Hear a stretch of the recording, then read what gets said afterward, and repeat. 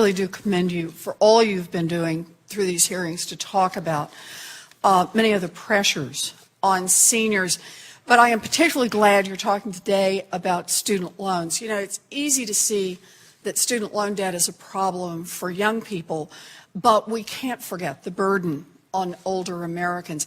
Not every college student is 18 or 19 or 20 years old, and parents, even grandparents, have guaranteed loans for their children and their grandchildren. More and more Americans are dealing with student loan debt into their 50s, their 60s, their 70s, and even beyond. You know, mounting student loan debts is not just a problem for borrowers. It is an economic emergency. The Federal Reserve Bank, the Consumer Financial Protection Bureau, and the Treasury Department have all sounded the alarm. Student debt is holding Americans back from making the purchases they need to make to keep the economy growing. They're not able to buy homes or start businesses, save for retirement, buy cars, and student loan debt cuts significantly into retirement security. So I'm very pleased that this committee is examining the student loan problem. We can't just bury our heads in the sand and hope that it goes away.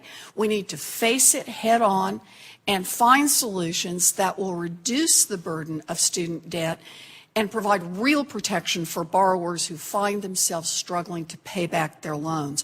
So I thank our witnesses for being here today. You do a great service by joining us. In June, the Senate voted on our proposal to refinance existing student loans down to the rates currently offered to new student loan borrowers. And even though a majority of the Senate voted to go forward on this bill, every Democrat, every Independent, and 3 Republicans, including our ranking member here, the Republicans blocked it as a group and kept it from going forward.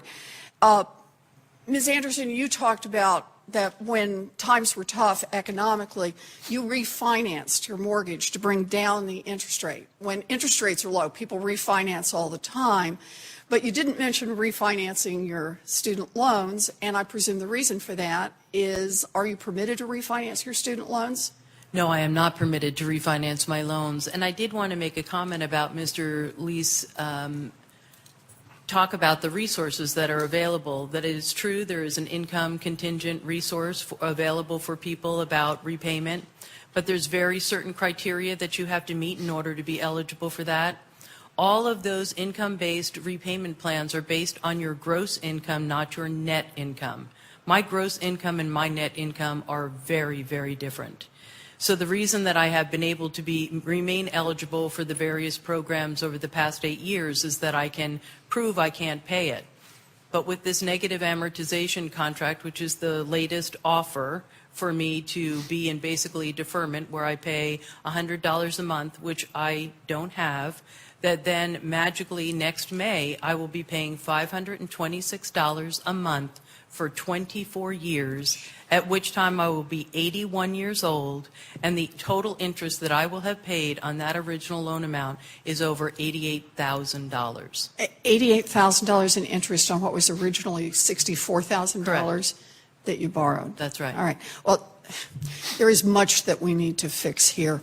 I just want to focus for another minute, though, on the question about refinancing the student loans, just so I'm sure we get this into the record. Mr. Leith, according to the Department of Education estimates, how many borrowers would benefit if Congress passed the refinancing program? My understanding from the bill that was submitted, that it was estimated that roughly 25 million borrowers could benefit. Okay, and I realize it's all age groups, but we'd be able to help about 25 million borrowers who would have either lower payments or they'd be paying more toward their principal to be able to pay down these student loans. Now, the borrowers who are able to refinance, does the Department of Education have some rough estimate on about how much they would be able to save? Again, I think under the bill that was submitted, the estimate was that the average would be about $2,000 over the life of the loan. And I take it depends on how much how much loan debt you have outstanding. For some people, it will be hundreds of dollars a year. For some people, it will be thousands of dollars a year if they have much higher loan balances. Well, I appreciate this. And, some of our Republican colleagues don't seem to think that it's worth asking millionaires and billionaires to pay their fair share in taxes so that we can put hundreds of dollars a year back in the pockets of student loan borrowers. I disagree on this. Ms. Anderson, let's come back to you. You said you borrowed about $64,000. It's obviously much more than that now because of the government programs you've been involved in. You can't refinance your interest rate down. If the student loan refinancing bill had passed and you had been able to cut your interest rate significantly, I think you said it's over 8%, let's say cut it down to 3.8%, maybe 4%, depending on where you are with your loans, what would that have meant to you?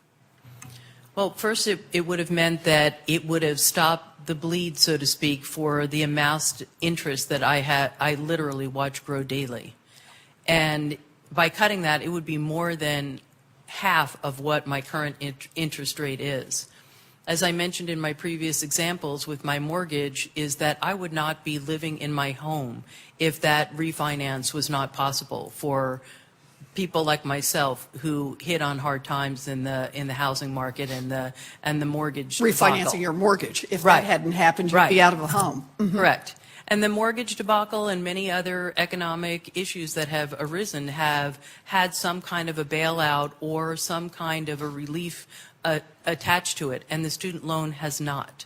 So no matter what I become eligible for, that fear is always a constant presence for me, and especially becomes more critical as I become older. Yeah. Well, thank you. Student loan refinancing is not all that's needed. We also should be talking about the changes we need to make in bankruptcy protection and the cost of college and in the repayment programs and the loan forgiveness programs. But I am disappointed that so many Republicans chose to stand with millionaires and billionaires instead of our students. I'm disappointed that borrowers like Ms. Anderson will have to continue paying far more than they should on their student loans, but we are not giving up on this. This exploding student loan debt is threatening the futures of our young people. It is threatening the economic security of our seniors, and it is threatening our entire economy. I remain hopeful that eventually enough of our colleagues will listen to the voices of millions of student loan borrowers struggling under needlessly high interest rates and drop their filibuster so we can move this bill forward. Thank you. Thank you, Mr. Chairman.